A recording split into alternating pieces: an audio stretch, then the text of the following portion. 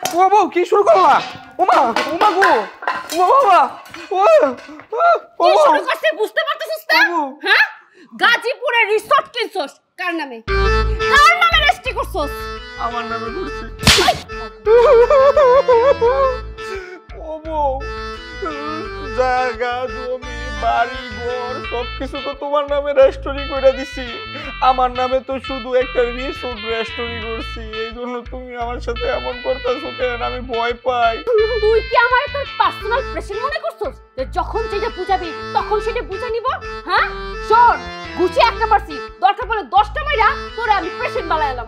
ওই রিসর্ট দিয়ে কি করবি? হ্যাঁ, রিসর্ট দিয়ে কি করবি? মাঝে মধ্যে বন্ধু বান্ধব আসতে চায় বাড়িতে, তুমি তো আসতে না করো, যে বাড়িতে যেন না নিয়ে আসি, তোমার কষ্ট হয় রান্না বান্না করা।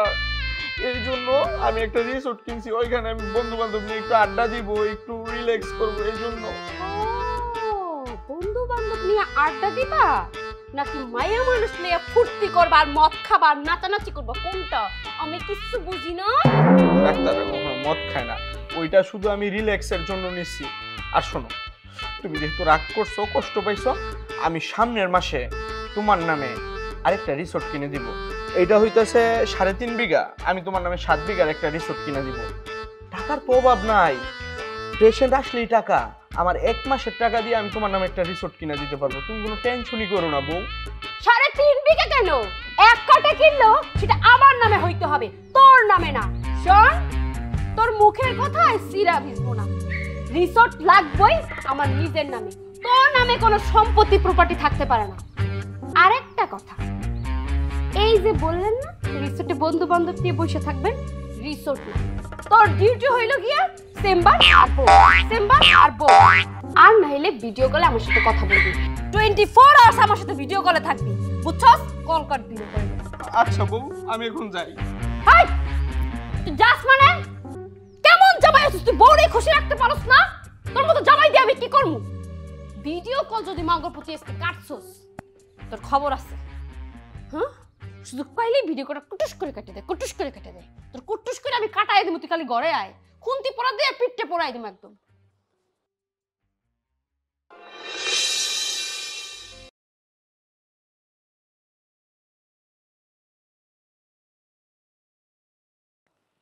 না না না, শুনেন, আপনারা যদি এরকম করেন তাহলে তো হবে না। আপনারা আমার মাত্র 15% দিচ্ছেন, 15% দেওয়াতে আমার 1,60,000 টাকা আসছে, ওইখান থেকে আবার 15,000 টাকা কই গেল বুঝে নিছে। এইভাবে হলে আমি আপনাদের কোম্পানির নাম লিখতে পারবো না, না অসম্ভব, পারবো না। আসসালামু আলাইকুম। ওয়ালাইকুম আসসালাম, বলেন স্যার এই যে আমি আসছি মারি ওদের কোম্পানি থেকে আসছিলাম স্যার। এই যে কি করবো আমি? আসছেন স্যার, কি করব বলেন আমাকে। স্যার একটু যদি আমাদের ওষুধ একটু দেখুন। দাঁত এগুলো বাদ দিয়ে দিছি, জানতো ওষুধ নিয়ে যান এখান থেকে। স্যার একটু দেখেন না স্যার, এটা ভিটামিন পাইছে স্যার। ভাই আপনার আমি ভালো মতো বলছি তো যে এগুলা কাজ করি না, এগুলা কাজ বাদ দিয়ে দিছি। কোনো কোম্পানির প্রমোট আমরা করতেছি না এখন, আপনি আসতে পারেন। স্যার যে কোনো রোগী আপনি ওষুধ দিতে পারেন স্যার, কোনো সাইড এফেক্ট নাই স্যার। বুঝলাম এটা কোনো পার্শ্ব প্রতিক্রিয়া নাই, কিন্তু এই ওষুধের মূল কাজটা কি, মানে ওই কি করে এটা তো আমার বুঝতেই হবে। স্যার এ থেকে জেড পর্যন্ত সব ভিটামিন এর ভিতরে স্যার। স্যার আপনার বাচ্চা থেকে বৃদ্ধ বয়স পর্যন্ত সব রোগী ওষুধ দিতে পারবেন স্যার। বাইরে আপনারা পারেনও, কোম্পানির লোকরা আপনাকে যেই ট্রেনিং দেওয়ায় চাপার জোরে শুধু আপনারা টিকা রয়েছেন। এইটার মধ্যে যদি এ থেকে জেড পর্যন্ত সব ভিটামিন থাকে তাহলে অন্য ওষুধের মধ্যে কি আছে? চাপা না সেটা আসল কথায় আসেন, আমারে কয় % দিবেন? স্যার আমাদের বুকিনে যতগুলো ডাক্তার আছে সবাইকে আমরা 20% করে স্যার, আপনাকে 20% করে দেবো স্যার। শোনেন, আপনাদের এই কোম্পানিটা হচ্ছে সম্পূর্ণ নতুন, আমি 20% কাজ করি, এটা আপনারা বাইরে শুনেই আসছেন আমি জানি, কিন্তু আপনাদের কোম্পানি নতুন থাকা অবস্থায় আমি 20% করতে পারবো না, আমাকে সর্বনিম্ন 30% দিতে হবে। যদি আপনারা 30% দিতে পারেন তাহলে আমার সাথে যোগাযোগ করেন, আর যদি 30% দিতে না পারেন তাহলে আপনারা অন্য জায়গায় যোগাযোগ করতে পারেন। ঠিক আছে স্যার, আপনাকে 30% দেবো, শুধু আমাদের ওষুধ শুধু প্রেসক্রিপশন লিখবেন স্যার। শোনেন, আমার কিন্তু আরেকটা কথা আছে। হ্যাঁ স্যার বলুন। আমার মাধ্যমে আপনারা প্রতিদিন যতগুলা প্যাকেট ওষুধ সেল করবেন, এই সেলের 30% আমাকে দৈনিক পেমেন্ট করতে হবে, মান্থলি পেমেন্ট আমি নিব না। যদি মান্থলি পেমেন্ট নেই তাহলে আমার কিন্তু কম নিতে হয়, সুতরাং আমি পারবো না, আমাকে দৈনিক পেমেন্ট করতে হবে। পারবেন আপনারা? ঠিক আছে স্যার, আপনি প্রতিদিনের টাকা প্রতিদিনে পেয়ে যাবেন। আমি মনে করেন দৈনিক যদি 10 জন পেশেন্টকে এই ওষুধটা দেই, 10 জনের 20% যত টাকা আসে দৈনিক এসে আমাকে দিয়ে যাবেন, ঠিক আছে? জি স্যার। আমি নোট করে রাখবো। জি যান, এটা নিয়ে যান। আসসালামু আলাইকুম। আচ্ছা, করতে যে আসে এইসব নতুন কোম্পানি মাই বানায় পুঁতে বেছে, এগুলো আমাদের দিয়ে প্রচার করায় আর কি। যাক, আমি যেহেতু টাকা পাবো আমার তো টেনশন করে লাভ আছে।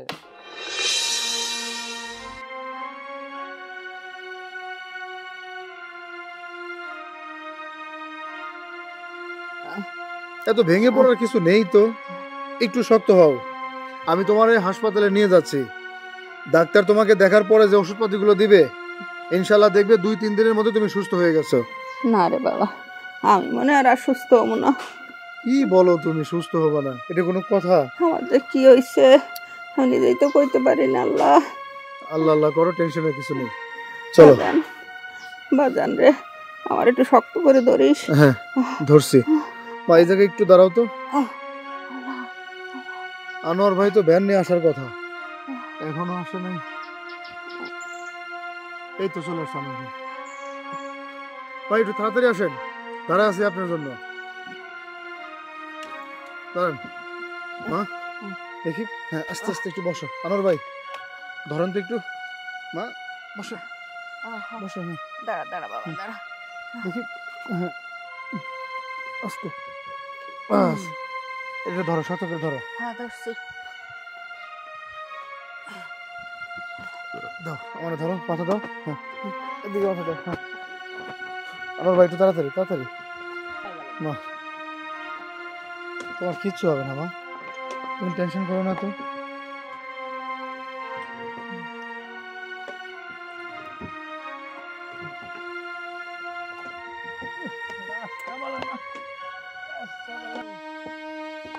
মা এই তো সামনে হাসপাতাল, কাঁচা রোড থেকে মেইন রোডে চলে আসলেই হাসপাতাল পেয়ে গেলাম। ইনশাল্লাহ দেখবে হাসপাতাল থেকে 2-1 মধ্যে তুমি সুস্থ হয়ে গেছো। একটু শক্ত হয়ে বসো, আল্লাহ আল্লাহ করো, আল্লাহ ভরসা। আল্লাহর তো ডাক্তারছি বাজান। মা একটু শক্ত করে বসো তো, আমি একটু ধাক্কা দিই। আমার ভাই নামবো আমি।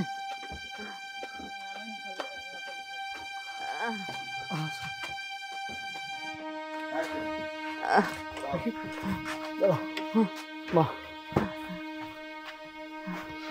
মা একটু নাম আসতে করে। আচ্ছা আচ্ছা আচ্ছা। সাবধানে সাবধানে। হ্যাঁ হ্যাঁ এই তো চলে আসছি মা, তোমার কিচ্ছু হয় নাই, আসো সাবধান।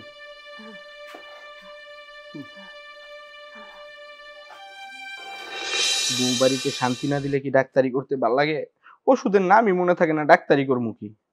যাই হোক, বউয়ের কাছে বিড়াল আছে, এগুলা কি পেশেন্টে বুঝাইতে দিলে হইব? পেশেন্টের কাছে বাঘ থাকতে হইব। মে কামিং স্যার? জি বসুন। কি সমস্যা আপনার বলুন?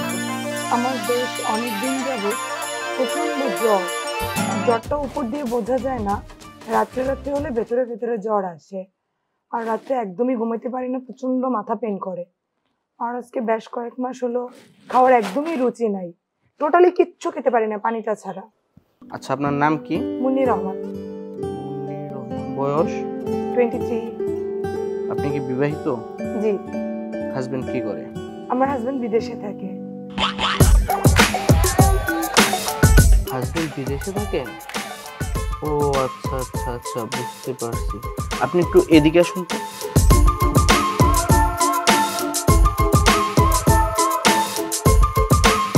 দেখি আপনার হাতটা একটু দেন তো। চোখটা দেখি, জিহ্বাটা দেখান তো।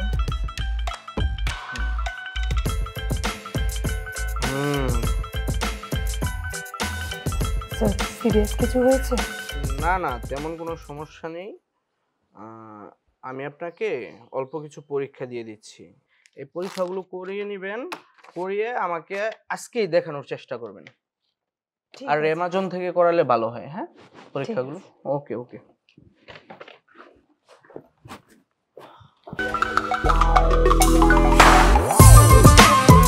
পেশেন্ট আসলে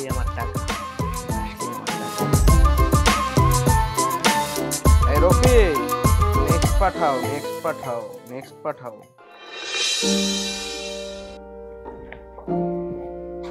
স্যার আমার এখানে কি কি টেস্ট দিয়েছে যদি একটু বলতেন। আচ্ছা দেখছি।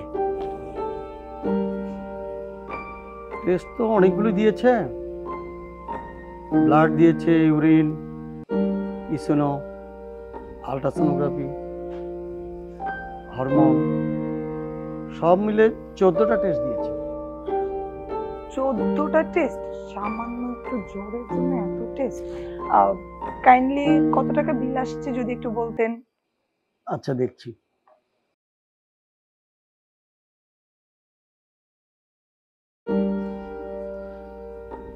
ম্যাডাম 20% ডিসকাউন্ট দিয়ে 13,000 টাকা বিল আসছে। 13,000 টাকা? মানে স্যার স্টুডেন্টদের জন্য কি আরেকটু ডিসকাউন্ট দেওয়া যায় না? দেখুন 20% ডিসকাউন্ট দিয়েই 13,000 টাকা বিল আসছে। এখন আর আমার হাতে করার কিছুই নেই, যা করার ডাক্তার সাহেব করবেন। ও আচ্ছা, স্যাম্পল কালেকশনের রুম কোনটা? 113 নম্বর রুম। ওখানে গিয়ে ব্লাড দিয়ে প্রচুর পরিমাণে পানি খেয়ে হাঁটাহাঁটি করুন, পরেই আল্ট্রাসাউন্ড করতে হবে। ওকে গো।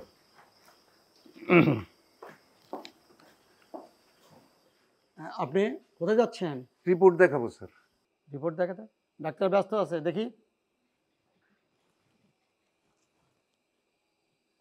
হ্যাঁ 500 টাকা দেন ভিজিট। কিসের 500 টাকা দেন? কালকে যখন আমি রিপোর্ট দেখাইতে আসছি আপনি বললেন যে ডাক্তার ব্যস্ত আছে, আজকে রিপোর্ট দেখানো যাবে না, আগামীকালকে আইসেন। আজকে আসার পরে আপনি 500 টাকা চাইতেছেন। আমি যদি কালকে রিপোর্ট দেখাইতাম তাহলে কি আমার 500 টাকা লাগতো? এখন কিসের 500 টাকা দিব আপনারে? আরে ডাক্তারকে রিপোর্ট দেখাবেন, ভিজিট দিবেন না 500 টাকা? ওই 500 টাকা দেন। শোনেন, কালকে আমি 27,000 টাকার পরীক্ষা করছি, 9,000 টাকার ওষুধ কিনছি, 1,000 টাকার ডাক্তারকে ভিজিট দিছি। আজকে আবার কিসের 500 টাকা দেবো? ভাই এই ডাক্তারের এটা নিয়ম, আপনি যতবার আসবেন একটা দেখাতে ততবারই 500 টাকা দিতে হবে। দেন 500 টাকা দেন। দেখেন আমি নিয়ম টিয়ম বুঝি না। ভাই কেন বুঝতে চাই? এই যে ডাক্তার সাহেব আসছে, তার তো এই রিপোর্ট দেখতে একটা সময় নষ্ট হচ্ছে। এই সময় নষ্ট হলে তার একটা ভিজিট আছে না, এই ভিজিটটাই দিতে হবে। 500 টাকা দেন। ডাক্তারের সময় নষ্ট হবে সেই জন্য ডাক্তারকে ভিজিট দিতে হবে? তা আমার সময়ের দাম নাই? আমি যে আজকে সময় নষ্ট করে আসছি সেই টাকাটা আমারে দেন। আমি আর একটা টাকাও দিতে পারবো না। আগে আমি রিপোর্ট দেখাবো, তারপরে ডাক্তারের সাথে কথা বলে যদি ভিজিট দিতে হয় পয়সা দিব। আরে আমার ফাইলটা দেন তো আপনি। আগে আমি ডাক্তারের সাথে কথা বলি, তারপরে যদি ভিজিট দিতে হয় তো তাও দিব। আরে দাঁড়ান, ডাক্তার সাহেব ব্যস্ত আছে তো। আসো মা, দেখো একটু আসতে সাবধান। আপনার? জি আমার মা খুবই অসুস্থ, ডাক্তার দেখাবো। ডাক্তার সাহেব আসছেন না ভিতরে? হ্যাঁ ব্যস্ত আছে, বসেন প্লিজ, একটু বসো। ভাইজান আমার মা খুবই অসুস্থ, ডাক্তার দেখানোর জন্য আসছি। যদি একটা সিরিয়াল দিতেন আমাদেরকে। একটু বসেন। নাম কি? জি আমার মায়ের নাম রহিমা বেগম। বয়স? 63 বছর। ভাইজান আপনি তো দেখতেই পাচ্ছেন আমার মায়ের কি অবস্থা, প্লিজ একটু দেখেন না তাড়াতাড়ি ডাক্তার সাহেবকে দেখানো যায় কিনা, একটু ব্যবস্থা করে দিন প্লিজ। আসতে পারি স্যার? জি জি আসেন। আসসালামু আলাইকুম। ওয়ালাইকুম আসসালাম রহমতুল্লাহি ওয়া বারাকাতুহু। বসেন, দেখি আপনার রিপোর্টটা।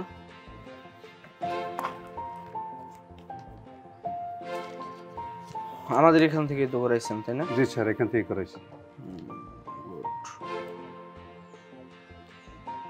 আপনি মনে হয় পানিটা একটু কম খান, যার কারণে আপনার শরীরে অল্প একটু পানি শূন্যতা দেখা দিছে।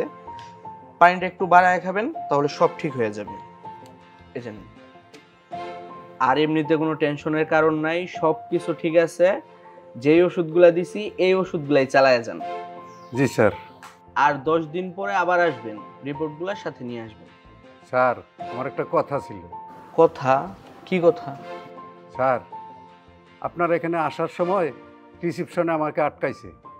রিপোর্ট দেখতে কি আজকে আবার টাকা লাগবে স্যার? হ্যাঁ, রিপোর্ট দেখাবেন, পেমেন্ট দিবেন না? স্যার কালকে আমি আপনারা দেখাইলাম, 1,000 টাকা ভিজিটও দিলাম, 17টা পরীক্ষা দিলেন, এই 17টা পরীক্ষায় আমার 27,000 টাকা খরচ হয়েছে। আজকেও আপনারা ভিজিট দিতে হইব। আর কালকে যখন রিপোর্টগুলো দেখাইতে আসলাম আপনারে, তা আপনি রিপোর্টগুলো দেখলেন না, বললেন যে কালকে আইসে। আজকে আমি রিপোর্ট দেখাইতে আসলাম, আর এই রিপোর্ট দেখাইতে আইসে আপনার ভিজিটের টাকা দিতে হইব কেন? দেখেন চাচা, এত কথা বলেন না। কালকে আমার কি একটা চাপ গেছে আপনি দেখছেন? কালকে আমার 179টা সিরিয়াল ছিল, 179 জন রুগী দেখতে হয়েছে আমার। তার মধ্যে আপনার রিপোর্টটা আমি গতকালকে কিভাবে দেখবো আপনি বলেন? যার কারণে আপনাকে আমি আজকে আসতে বলছি। আর আমি রিপোর্ট দেখার সময় তো সম্পূর্ণ ভিজিট নিই না, মাত্র 500 টাকা নিই। আমার ফুল ভিজিট হচ্ছে 1000 টাকা। আমি আপনার কাছ থেকে কত নিচ্ছি আজকে? মাত্র 500 টাকা নিচ্ছি। আর আপনি যদি আপনার কোনো সমস্যা হয় তাহলে ভিজিট দিতে হবে না, আজকে চলে যান আপনি। স্যার, কালকে আমার দেখলেন, দেখার পরে 9,000 টাকার ওষুধ লেখা দিলেন, 17টা পরীক্ষা দিলেন, 27,000 টাকা লাগলো আমার এই পরীক্ষা করাইতে। আর আগের ওষুধই যদি খাইতে হয় তাহলে আমার এই পরীক্ষাগুলো দিলেন কেন? স্যার, আপনাদের নিয়ম অনুযায়ী আগের ওষুধ সব বাদ দেন, রিপোর্ট অনুযায়ী আজকে আমার নতুন করে ওষুধ লেখাতেন। আমি যদি আপনাকে পরীক্ষাগুলো না করাই তাহলে আমি আপনার রোগটা কিভাবে ধরবো আপনি আমাকে বলেন? যার কারণে আমি আপনাকে রিপোর্ট করতে বলছি। এটা কি আমার অপরাধ হয়েছে? একজন ডাক্তারের দায়িত্ব হচ্ছে পরীক্ষা করায়া ওই পরীক্ষার রিপোর্ট দেখা তারপর তার পেশেন্টকে ওষুধ দেওয়া, এটা নিয়ম। স্যার, আমার যদি কোনো সমস্যাই নাই তাহলে 17টা পরীক্ষা দিয়ে আমার 27,000 টাকা কেন খরচ করাইলেন? সেই জবাব আগে দেন। দেখেন চাচা, আমি আপনার কোনো প্রশ্নের উত্তর দিতে বাধ্য না। আপনার যদি কোনো প্রশ্ন থাকে তাহলে আপনি হসপিটাল কর্তৃপক্ষের কাছে যান, গিয়ে আপনার যত প্রশ্ন আছে আপনি কাগজে কলমে লেখা তাদের কাছে জানেন। আমি আপনার কোনো প্রশ্নের উত্তর দিতে পারবো না। হাসপাতাল কর্তৃপক্ষ যেহেতু আমার পরীক্ষা লেখে নাই, পরীক্ষা লেখছেন আপনি, তাই এর জবাব আপনাকেই দিতে হবে।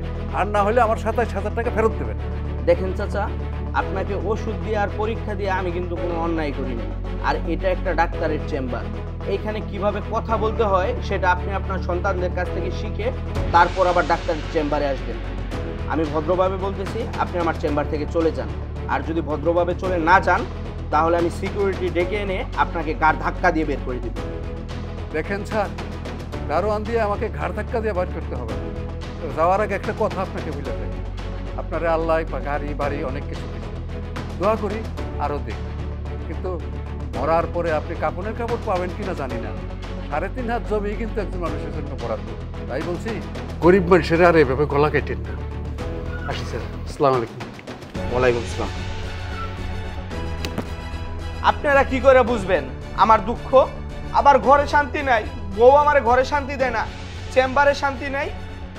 হসপিটাল কর্তৃপক্ষ এতগুলা পরীক্ষা দিতে বলে প্রতিনিয়ত, পেশেন্ট তো আমারে বকবই। এগুলো অভিশাপ যদি আমার শরীরে লাগে, আল্লাহ মাফ করো।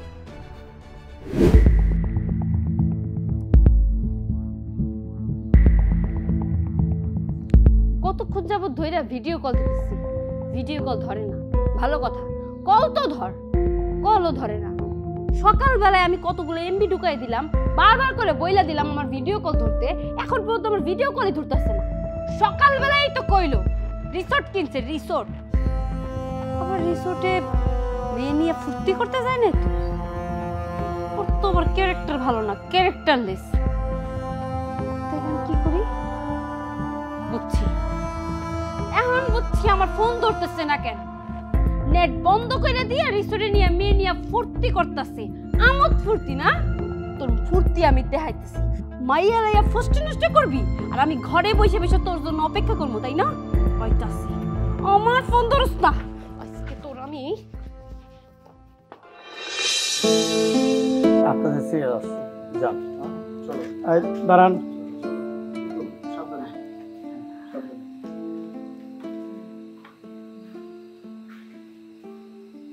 দেন ওই 500 টাকা ফি দেন। কিসের 500 টাকা? 1 পয়সাও দেবো না।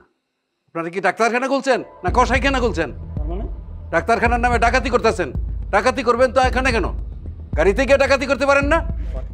কা কা ও মা দাও 500 টাকা দিতে না বাবা।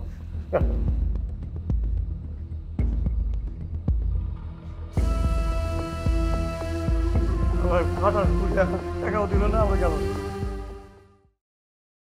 মা চলো, ডাক্তার সাহেব আসবো? জি আসেন আসেন। বসো বসো।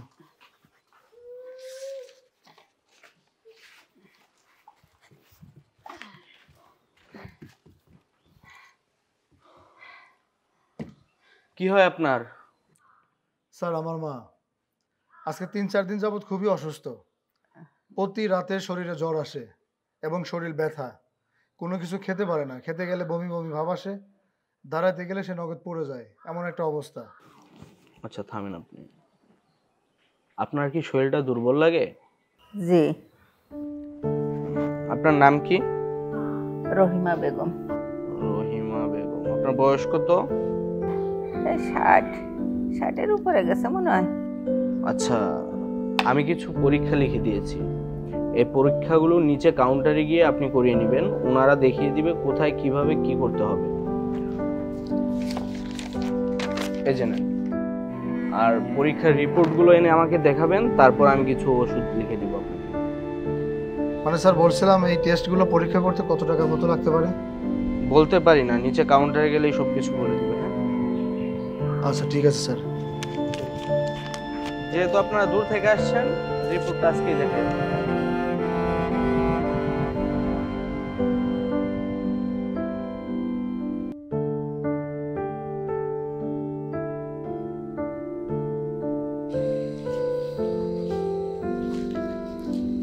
তুমি এখন বসো বসো। ভাইজান দেখেন তো ডাক্তার সাহেব কি কি পরীক্ষা দিছে। ইউরিন দিয়েছে, ব্লাড, হ্যাঁ, সোনোগ্রাফি, আরও আদার্স অন্যান্য। ডাক্তার সাহেব ভেতরে আছেন? হ্যাঁ আছেন। আচ্ছা দেখতেছি আপনার সব মিলে 17,000 টাকার মতো। ভাইজান 17,000 টাকা লাগবে? কি বলতেছেন আপনি এসব? আমার মার শুধু জ্বর, বমি বমি ভাব, খাইতে পারে না, শরীরটা ব্যথা, এর জন্য আসছে আপনাদের কাছে। আর এই টেস্ট 17,000 টাকা লাগবে? ভাই ডাক্তার সাহেব বুঝে শুধুই তো এই পরীক্ষাগুলো দিয়েছে, আর এগুলো পরীক্ষা না করলে তো উনি রোগ ধরতে পারবে না। ভাইজান সবই ঠিক আছে, কম টম ধরা যায় না? দেখুন 20% বাদ দিয়েই বিল করা হয়েছে, এখানে আর আমার কোনো হাত নেই, যা করা ডাক্তার সাহেব করবে। আচ্ছা ঠিক আছে, এই কাগজটা আমরা কোথায় জমা দেবো? 113 নম্বর রুমে যান, ওখানে যে ব্লাড ইউরিন দেন, ওখান থেকে সব কিছু করবে। মা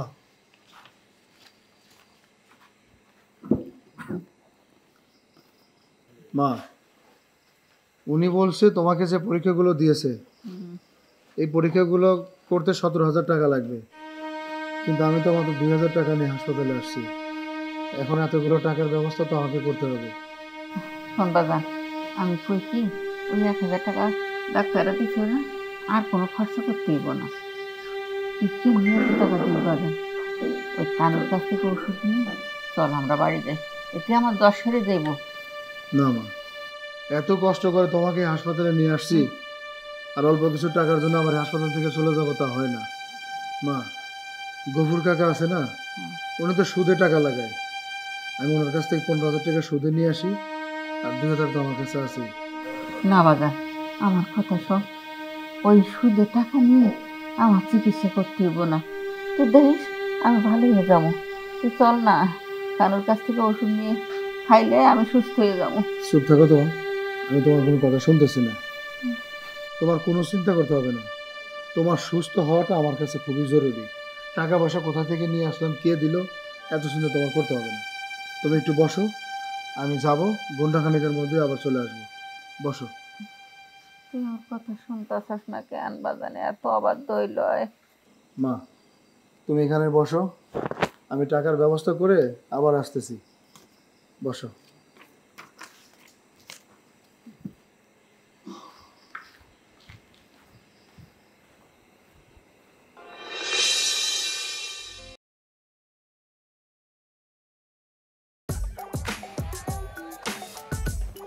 স্যার আপনি যে টেস্টগুলো দিয়েছিলেন ওগুলোর বিল তো অনেক টাকা আসছে।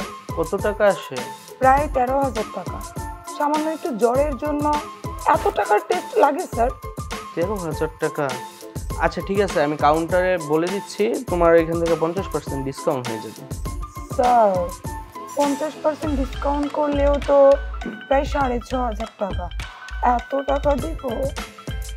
আর দাও না, এর পরবর্তীতে আরো কমিয়ে দিব। আর শোনো, তোমার যখন যা কিছু লাগবে তুমি আমাকে বলবো, হ্যাঁ? তোমাকে আমার অনেক ভালো লাগছে। সত্যি? হ্যাঁ। আচ্ছা, তোমার টেস্টের বিল দিতে হবে না, সেটা আমি বুঝবো। তুমি একটু আমার হাতটা ধরো। জানো, আমার বউ না আমাকে বাসাতে কোনো শান্তিই দেয় না, একটু শান্তিতে থাকতেও দেয় না। আমি একটু বাড়ির বাইরে যাইতে পারি না। ভাইজান, 1 ঘন্টা হলো রিপোর্টটা নিয়ে বসে আছি। ডাক্তার সাহেবের কাছে গেলে রিপোর্টটা দেখাইতে পারি। আমরা তো অনেক দূর থেকে আসছি, আমাদের তো বাড়ি যেতে হবে নাকি? আরে ভাই, একটু বসেন না, একটা সিরিয়াস রুগী দেখতেছে তো, প্লিজ একটু বসেন। ডাক্তার সাহেব রুগী দেখতেছে তো। আরে ম্যাডাম, হঠাৎ কি হলো? স্যার রুগী দেখতেছে, বসেন বসেন ম্যাডাম, প্লিজ বসেন। আচ্ছা বসেন প্লিজ।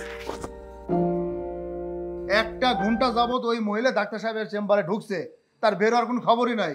জানেন আফা, একটা ঊর্ধ্ব অলঙ্গ মহিলা 1 ঘন্টা যাবত ঢুকছে, এখন পর্যন্ত সে বেরই হচ্ছে না।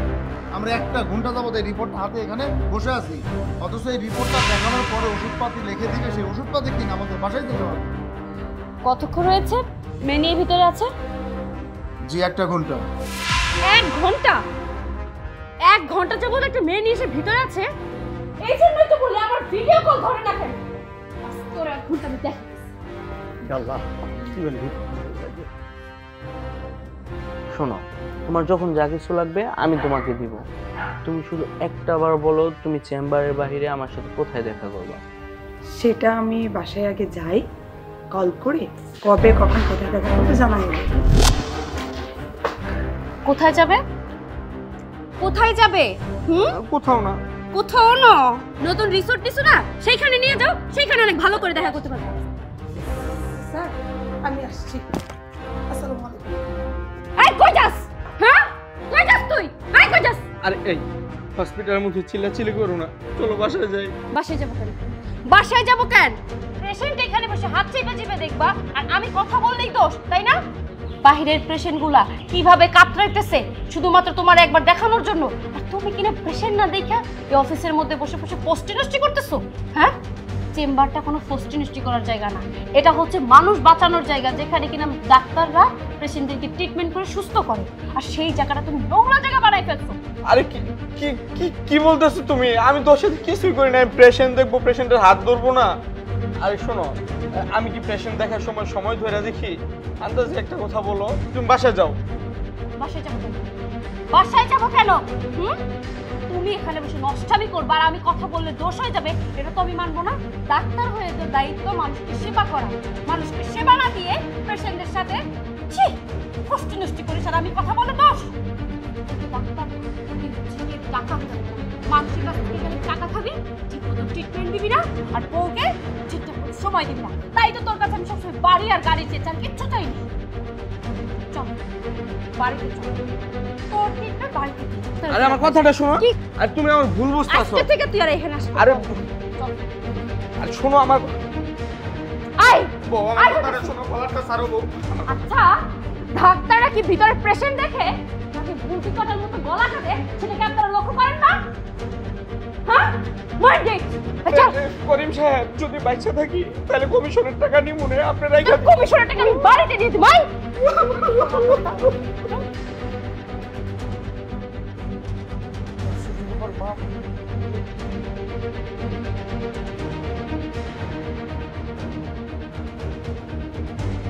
ওনাকে এই অবস্থা করে টেনে এসে নিয়ে চলে গেল, অথচ এই মানুষটা যখন চেম্বারে বসে থাকে রুগীদের সামনে এমন একটা ভাব ধরে কথা বলে যে উনি শুধু একমাত্র মানুষ আর আমরা গরু ছাগল তার সামনে বসে আছি। ধিক্কার জানাই এই সমস্ত ডাক্তারদেরকে। আমার তো ঘৃণা হচ্ছে যে আমরা ওনার কাছে আসছি আমি আমার মাকে দেখানোর জন্য। আমার মা আজকে 4 দিন যাবত অসুস্থ, তার শরীরে জ্বর, শরীরে প্রচন্ড ব্যথা, কোনো কিছু খাইতে পারে না, যাই খায় সবকিছু বমি করে ফেলা দেয়। আমার মা আমাকে বলছিল, বাবা আমার উন্নত চিকিৎসার দরকার নেই, আমাদের মহল্লায় কানুই ডাক্তার নামে একজন ব্যক্তি আছে, তার কাছ থেকে কিছু ওষুধ নিয়ে দে, আমি সুস্থ হয়ে যাব।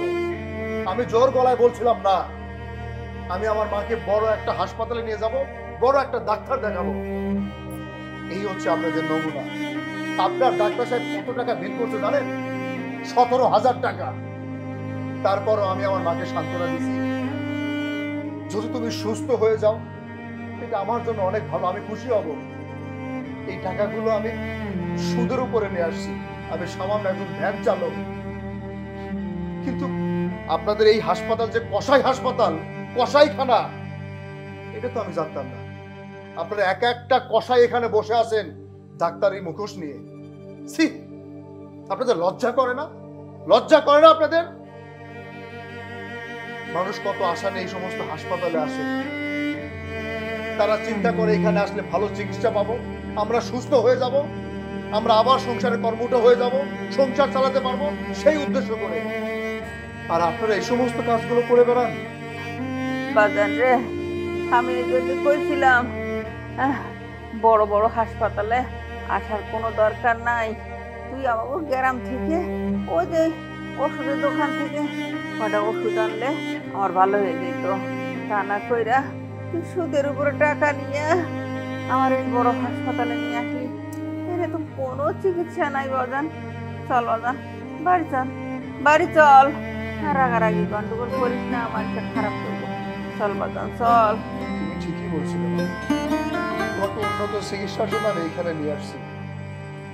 আমি জানতাম না এটা কসাইখানা, আমি যদি জানতাম তাহলে এখানে কোনোদিনও তোমাকে নিয়ে আসতাম না।